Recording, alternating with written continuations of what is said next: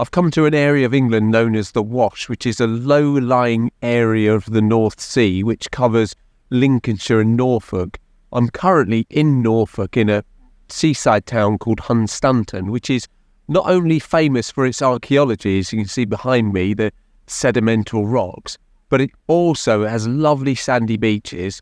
It's one of the most important parts of Europe for wading birds, but the most important thing about Hunstanton for photographers, I think it's the only place in the whole of the east of England where you can get a sunset on the sea, because it's the only part of the east of England that actually faces west due to the geography of this location.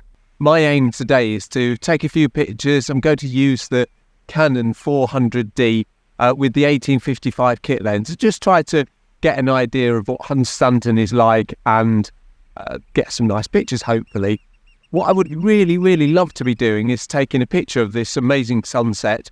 The clouds or the sky is perfect today. There's big cumulus clouds in the sky, but they're coming and going. And I think this evening there will be a lovely sunset. I'm with my family. We've been here a few hours. We've had our lunch, we've had a drink, and we've had some nice sugary donuts, freshly made, which are just lovely. And I think everybody else in the party are keen to go somewhere else, where I would like to stay a few hours longer and try to get a beautiful sunset. But what I will do, I'm going to try to capture what Hunstanton's like using this camera. Hopefully I can get a few pictures of some of these amazing wading birds, the oyster catchers, etc., and show you those. And hopefully I'll get some nice shots. Let's see how I do, and let's see what Hunstanton's got to offer. These sedimentary rocks behind me are just amazing. They make a wonderful shot. And if you ever see a photo of Hunstanton, you'll see a picture of this wall of sedimentary stone and rock. So I'm going to use the 400D, and I'm just going to take a landscape and a portrait picture, and I'll show you that immediately so you can see exactly what this looks like as a photo. The drawback with coming here is that it's so popular and there's always people in your picture, so I will have to crop out some people from my photo that I take, otherwise it'll just look like there's random people scattered around the beach.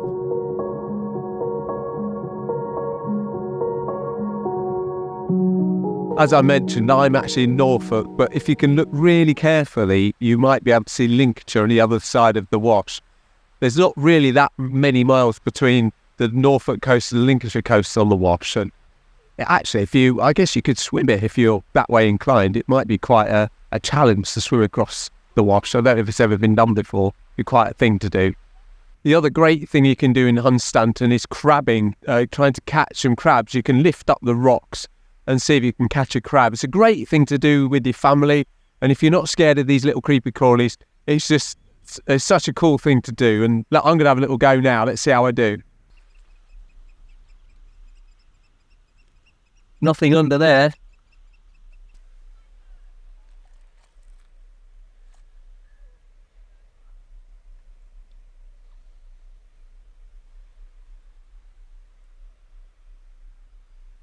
There's a little one, a little crab, look. Hello, I've dropped it.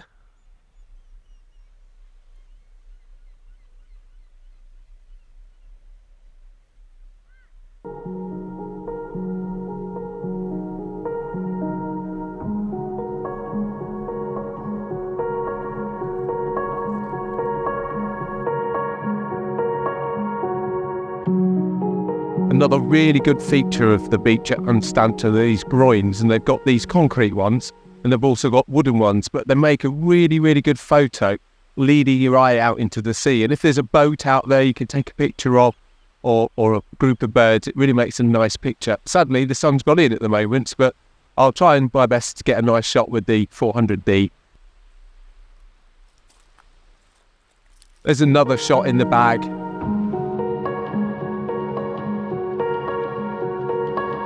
I just love these staggered or alternating groins that are behind me. The shape and the texture of them are great. I've not seen them before anywhere, or not quite like this, that are, angled all the way along. Obviously, they make a great sort of barrier to the tide when it comes in. sadly, when the Thwaites Glacier eventually pops its cork and goes out into the sea, and we don't think that's going to be too long, these groins might not be enough to save this low-lying part of England, and you have a feeling that when the sea level rises, then this will be one of the first places that gets affected by it. But I'll have a crack at taking the picture with the 400D. It just proves, though, how much crucial light is in photography, because just 10 minutes ago, the light was fantastic. The sun was shining on this, was shining on the sand. It looked amazing. And since then, the clouds have popped up and it's all grey and dim. But I'm going to take this shot anyway, and I'll show you what I've come up with. There is light in the distance, so it might come out okay.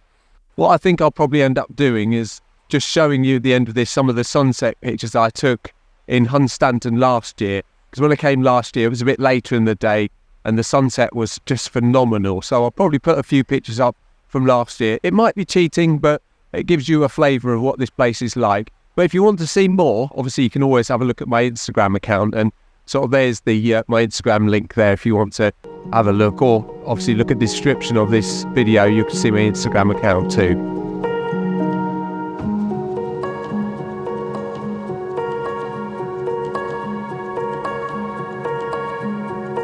Of course, the fun fair behind me is a great attraction at Hunstanton, and especially for the kids. And the truth is, you don't really need a super camera. Just an entry-level camera with an 1855 kit lens is all you need to get a nice shot in a fun fair. And especially at night when the light goes down, you can get those slow shutter speed shots in fun fairs with the moving cars, etc. It's great. I'm going to take a couple of pictures of this sunset using the Canon, and I'll show you those in a minute.